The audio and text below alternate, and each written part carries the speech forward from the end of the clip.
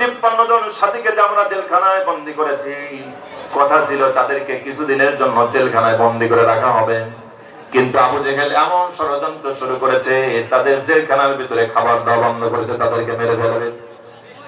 এই বিষয়টা আমার সত্য হচ্ছে না। এই হিসাবে ইবনে আমরের স্ত্রী বলছেন, তাহলে আপনি কি করতে চান?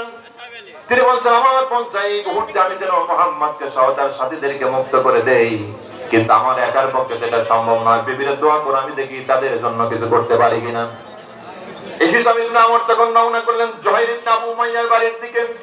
এই জুহাইর ইবনে আবু উমাইয়া ছিল, জুহাইর ইবনে আবু উমাইয়া বিভিন্ন দোকানপাটে গিয়ে বিভিন্ন বাজার থেকে, ব্যবসায় প্রতিষ্ঠান থেকে জোরপূর্বক চাঁদা আদায় করে সে তার জীবিকা নির্বাহ করত। এক পর্যায়ে জুহাইর ইবনে আবু উমাইয়া বাড়িতে চলে এসেছে। ওই সময় জুহাইর ইবনে আবু উমাইয়ার মা অসুস্থ ছিলেন। এদিকে জুহাইর ইবনে আবু উমাইয়ার আরেকটা পরিচয় আছে। জুহাইর ইবনে আবু উমাইয়া হচ্ছেন একদিকে আবু জেহেলের অর্থনৈতিক দালাল, আরেকদিকে আল্লাহর হাবিব বিশ্বনবী মুহাম্মদ সাল্লাল্লাহু আলাইহি ওয়াসাল্লামের দুধ ভাই। সুবহানাল্লাহ বলবেন না? আল্লাহর হাবিব সাল্লাল্লাহু আলাইহি ওয়াসাল্লাম এই পৃথিবীতে 5 জন মহিলার দুধ পান করেছেন। তার মধ্যে একজন হচ্ছেন এই জুহাইর ইবনে আবু উমাইয়ার মা। এই জুহাইর ইবনে আবু উমাইয়ার মা হলো হযরত হালিমাতুস সাদিয়া রাদিয়াল্লাহু তাআলা আনহার বোন।